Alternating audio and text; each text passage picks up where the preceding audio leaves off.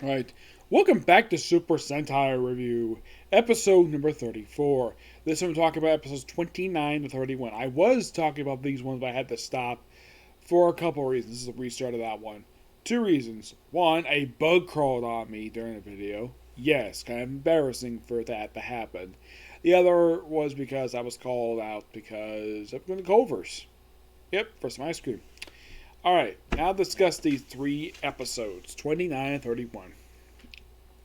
The first one is basically about it's called like the torn mouth woman. Let's see if I can look it up in here. It is called like the name of it is so weird. Like who they it's called Did you see her? The woman with the torn mouth. No, seriously, that is what the episode is called. Yeah, so the second one is A Bizarre Taste. The Omnivorous Head Chef and Violent Dash Truck Siblings. Now, the Torn Woman was interesting to say the least. Why, you might say so? Well, let's just say this is one where we had the Torn Woman is like a Monday ghost story, as we presented here. I mean, it's not revealed until like halfway through the episode. Yeah, this is an Egos monster. Which you would think by looking at it, it pretty much is an Egos monster. I mean, who would basically make a monster like this? Egos, who's the main villain of basically Path Fever J. So, this Torn Woman apparently is like a local legend. Which, okay, I'm like, how long has the Torn Woman been active for? Because it's almost like when it comes back to Fever J, they knew nothing about this modern day ghost story at all. Where they say it's a ghost story, people claim they see it. Well, that wasn't until an agent of the National Defense Agency saw it, and then Miss America saw it. Which involved, of course, the reason why she decided to go look for it was because basically the guys didn't want to get involved with it at all because that's how they're written. Yes, it seemed like a lot of the time the members of Back to J would rather basically be lazy than actually do their damn jobs. That's pretty much a lot of time when they're written. Heck, Miss America, the original one, was, get this, always written like this, where it's like she'd rather just hang out at HQ, go swimming, do nothing, probably not do work at all. At least in the case of the current one, they actually ever do something. Oh yeah, and here's the thing about this episode. Now, they do show off, they do mention in one scene in the episode when they revealed that it was an Egos monster, the Torn Mouth Woman, that apparently it has specially made teeth. Meant for biting metal, which I'm thinking, that's kind of weird. Yes. So, like, it bites people, apparently. For some reason. What was the reason for it? Apparently, they wanted this creature to eat Bad Fever J. Well, that is a good reason, because they keep Egos playing, but the question is, why wouldn't they have a special made monster called the Torn Mouth Woman just to have a special set of teeth made? Oh yeah, and by the way, they found the Torn Mouth Woman is a woman who's actually been, let's just say, been proclaiming about the stories about the Torn Mouth Woman. Where, get this, it can run a 100-meter dash in 6 seconds, which that is actually impossible. No one can, and apparently this creature can fly, which that's quite unusual because none of the previous Ego monsters could fly, and this is the first one that can. So a lot of stuff they describe about this particular one, basically the way they describe it riding the 100 dash, basically the way they display it, is it just hop, hop, hop really fast. And eventually, of course, France gets involved finding it, and then later on they track down to her apartment, which of course they discover the radio DJ, who apparently is cold and only eats tofu. Yes. Now, you might be asking in the comment section, have I ever tried tofu? The answer is no, I've never actually tried tofu, so I have no idea how the damn thing tastes. And apparently that originally she tastes mostly food, and now she's cold as ice, and she apparently eats tofu. Now, if I've heard about tofu, tofu is sweet. So, yeah, by the way, she actually eats a lot of tofu. They describe basically the Tormahum, beside being an Egos monster, Apparently, it was a surgery done like 21 times, and she's the daughter of a tofu maker, which explains why she likes tofu. Yeah, I would say the monsters like the legendary status is more interesting than what the plot of the episode is. That's just me, anyways. Not the first time they with a ghost story, but this is not exactly a ghost. It's just a monster scaring people in broad daylight. Yeah. Eventually, of course, the monster is eventually destroyed. Also, they had this thing where actually biting the actual ranger weapons, like in the case of Japan, where actually breaks his staff with her teeth. Though surprisingly, she used it to destroy the Panzer Force, which I think it would, but nope, it didn't. This also proved to be, at this point, probably the toughest monster they've actually fought off against in the battlefield robot. Yes. Excuse me. Now, in the case, next episode, it's literally the same plot thread. Trying to eat Battlefever J. And at least this one, they actually show, get this, the actual process to make the monster, which a lot of the time they tend to forget. Oh, by the way, Soma is actually briefly in episode 29. This one, she's actually in a good chunk of the episode. And I will talk about her. She actually plays sort of a good supporting role in this episode, unlike last episode where she had practically nothing. So, the starfish, basically, this starfish monster, like, apparently had to chain it up because apparently it's a massive eater. And apparently it doesn't like people eating food. Yeah, seriously. So, what they decided to do, they had Kenya basically living outdoors. So they had the cutmen steal his clothing, his shirt, pants, and boots. Apparently they didn't bother to take his underwear or his socks. Nope, just his shirt, pants, and shoes. And he eats the shoes. Nope, well, he eats the first pair and then the pair of pants. And then he does something really weird with one of the shoes. Where he first puts mayonnaise and he puts pepper. I'm like, it's leather boots. Why the heck would you eat this damn stuff? Also, this I thought was really weird.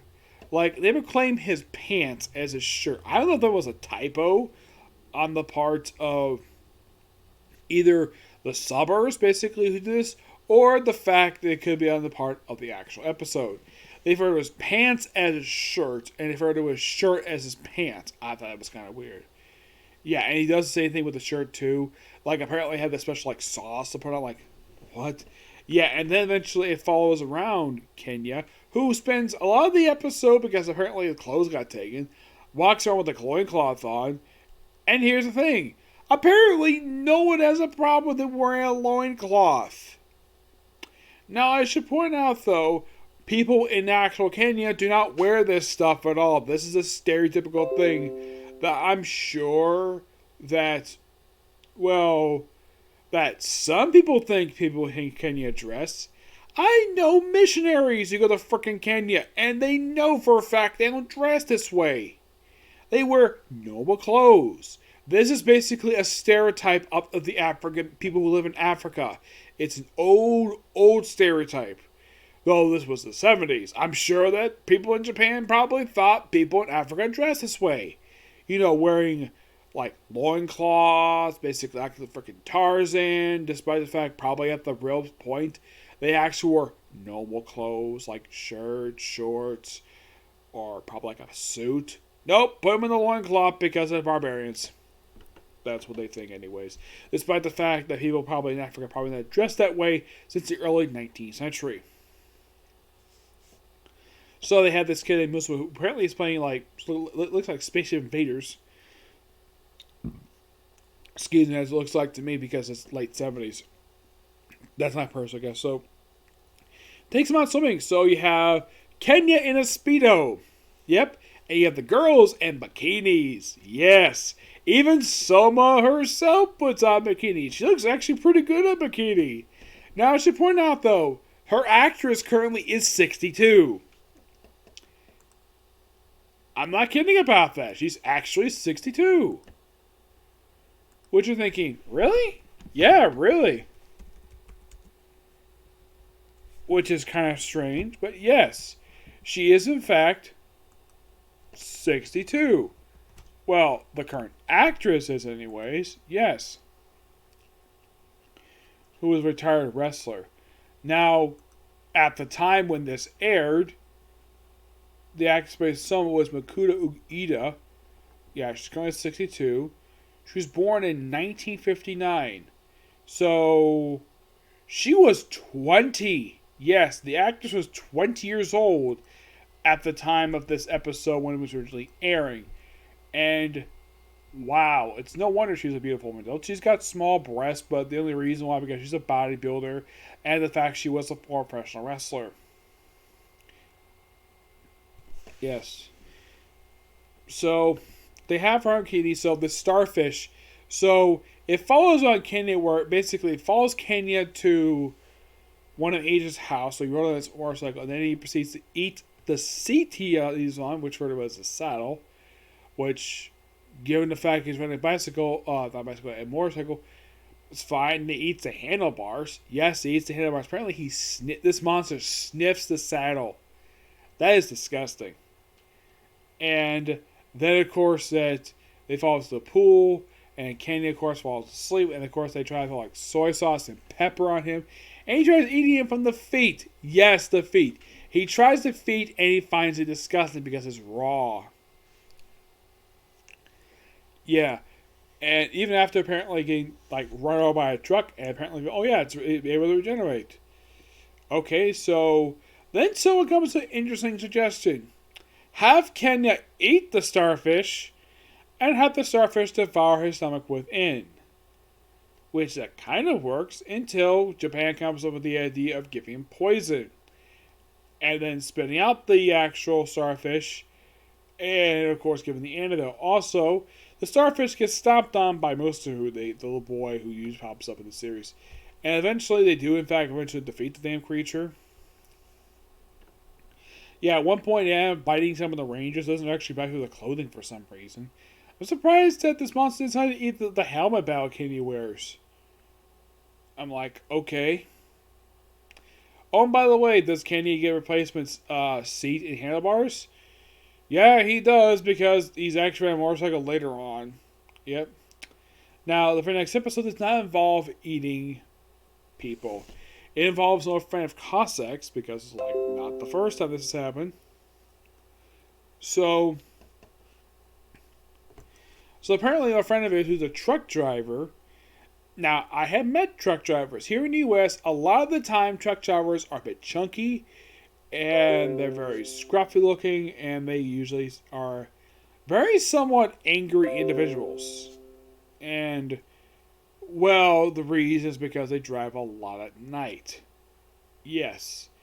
And this guy is not the good of a truck driver. So, apparently this guy does this. He first race instead of delivering his delivery. He apparently he'd rather go off his route in order to check out the mountains. He also will sell his cargo before he's supposed to go location. And he also get into fights with a lot of people. Like, apparently they started him fighting with celery. And his sister being a typical crybaby about it. Yeah, seriously. So, by the way he's dressed, he's basically a t-shirt, jeans, and sneakers, which I gotta say, for a truck driver, it's a bit unusual because normally truck drivers probably wouldn't wear. They probably would wear stuff like this. But for a truck driver, he's actually pretty thin because, well, also, here's something interesting though. You might be asking, do American truck drivers have facial hair? Do they in fact go facial hair? The answer is yes. I have met truck drivers. And a lot of the time, they actually do go facial hair. The male ones, of course. And sometimes it might be nice people. And they also, according to my dad, they have to keep a lot of paperwork on the truck. I'm sure this guy probably got some trouble. Apparently, he couldn't keep a job. So, eventually, Kosak decides, hey, why don't we have him transport 50 billion yen in gold cross country? Which, okay, he has no problem doing that at all. So he transports. Apparently, everything goes fine. Of course, he gets escort from Battlefield J until he's attacked by, this purse monster. Or, coin purse monster is basically what this thing is. Now, I think, as far as I can tell, this is the first version of this type monster, because I remember the purse monster from the crossover film, the first crossover film. I think it was O Ranger versus Cocker Ranger. They referred to it as Ghost, which I thought the subbing was really dumb. These are freaking demons. Yes, the Ego something else. So this thing is obsessed with money. Yes, the very first monster obsessed with money. Though they had something like this in Jock, but not literally whether an actual object that carries money. So, oh yeah, I'll pay you this bundle of money to beat up the Battle Fever J. The Cutmen probably don't give a damn about that. We'll just basically find because that's what we do. So, he's able to take the truck from the truck driver and take it back to headquarters. And he's about to open the truck, and there's a lock there. And he's about to pull it, and Soma, not being stupid, takes out a detective, checks, oh yeah, this particular lock has got explosive on it. If you open a key, the thing will explode. Also during the actual battle itself, Cossack, who gets injured, gives the key to his friend. Of course, his friend runs away, which you would do if you run away if you see a monster. You usually would run away.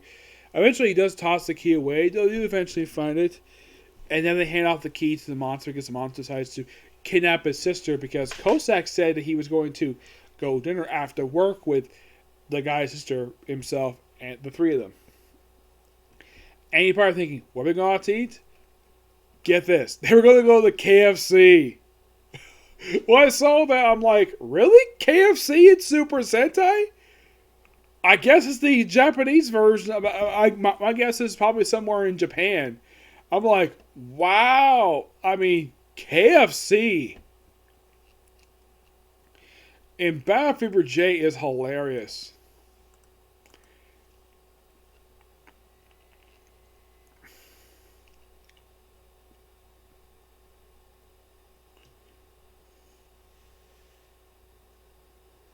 Yeah, it is so hilarious. The fact that of all places, we have to basically go to KFC with this. Oh, by the way, the actual monster is called the Money Violence Monster, which, typical for eggless monsters, appears only for one episode. Now,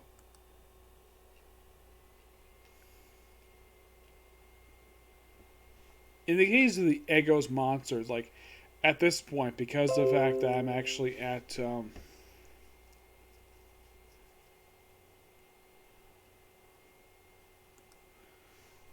episode 31, like, how many more monsters are left for this particular series at this point? Well, the last one comes in episode 50. Yeah, last one comes episode 50. So, there's exactly 19 monsters left. Yep, 19 monsters.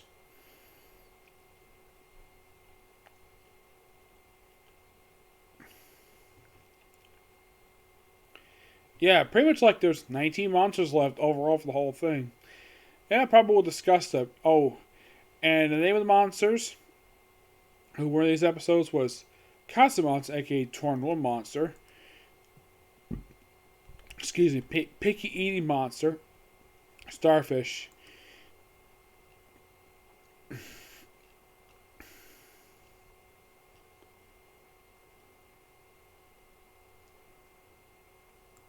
and of course, well, Money Violence. Yeah. Oh, by the way, when Battle Fever was battling him, he kept turning to a starfish, and then he just basically turns back to himself. He goes like all the Rangers, and when he's in a starfish from the first time, he basically tries to bite Kenya's butt, which I thought was kind of gross. Yeah, but yeah, this is by far the most weirdest monster out of the entire series. The money-making one is weird, but not as weird as the starfish one. This one was weird as all hell. Yeah, it was kind of weird. Yep. But not much else to say about these 3 episodes. They're pretty good, I would probably say, of the 3 episodes. Miss America has plenty to do in all 3 of them. Well, in the case of the first one, yes. Second one, it's focused on Kenny a lot of the time, this one. And 31 is a focus on Kosek. And who will be the focus of our next episode? Who knows? I'll find out because, well, I'll be discussing Kosek in my next review for Super Sentai. Okay, so that's it for Cycle Review. Stay tuned for next My Comic Corner. Yep, next video. Bye.